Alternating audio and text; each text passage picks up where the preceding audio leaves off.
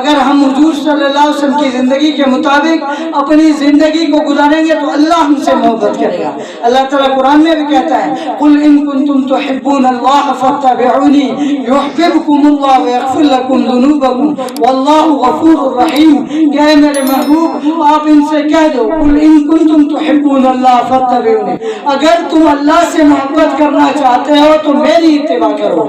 اللہ کے رسول صلی اللہ علیہ وسلم کی اتباع کرو تو یحببکم اللہ، پھر اللہ بھی تم سے محبت کریں گے، ویغفر لکم ذنوبکم، اور اللہ تعالیٰ تمہارے گناہوں کو بھی معاف کر دیں گے۔ تو یہ حضور صلی اللہ علیہ وسلم کی اتباع پہ ہے انسان کی کامیابی۔ اگر انسان اللہ کے احکامات میں چل رہا ہے لیکن حضور صلی اللہ علیہ وسلم کی زندگی کے مطابق نہیں، نماز پڑھ رہا ہے لیکن حضور صلی اللہ علیہ وسلم کی سنت کے مطابق نہیں پڑھ رہا ہے، تو یہ نماز کی اللہ کو کوئی ضرورت نہیں ہے۔ حضور صلی اللہ علیہ وسلم کی سنتوں کے مطابق گزارے گا، سنتوں کے مطابق نماز پڑھے گا، یہ انسان اللہ کو محبوب ہے،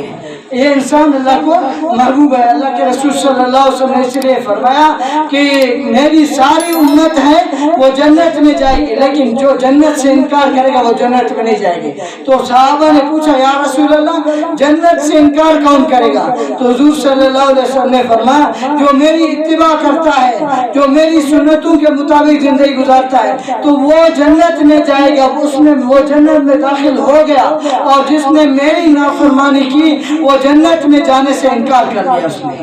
جنت میں جانے سے انکار کر دیا۔ حضور حضرت عمر بن خطاب رضی اللہ تعالیٰ عنہ فرماتے ہیں کہ امام الانبیاء نے فرمایا کہ جنت کو اللہ نے تمام انبیاء پہ حرام کیا ہے یہاں تک کہ میں جنت میں داخل ہو جاؤں، اور تمام امت پر اللہ نے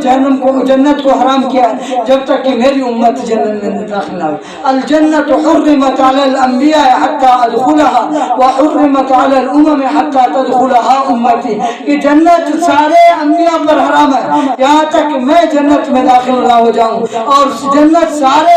امتوں پر حرام ہے جب تک کہ میری امت جنت میں داخل نہ ہو جائے۔ تو یہ امت کو یہ جو درجہ ملا ہے، یہ امت کو اتنا مرتبہ ملا ہے، وہ کس کی وجہ سے ملا ہے؟ یہ امام الانبیاء کی وجہ سے ملا ہے، حضور صلی اللہ علیہ وسلم کی وجہ سے ملا ہے، اللہ کے محبوب کی وجہ سے اس کو ملا ہے۔ جو شخص چاہتا ہے کہ اللہ تعالیٰ مجھ سے محبت کرے، اللہ مجھ سے راضی ہو، اللہ تعالیٰ مجھے بلند درجوں پہ پہنچائے، مجھے جنت میں داخل کرے، تو اس کو چاہیے کہ وہ حضور صلی اللہ علیہ وسلم کی زندگی کو اپنائے، وہ حضور صلی اللہ علیہ وسلم کی سنتوں کو اپنائے، حضور صلی اللہ علیہ وسلم کی سنتوں کے مطابق زندگی گزارے، تو یہ انسان کامیاب ہے۔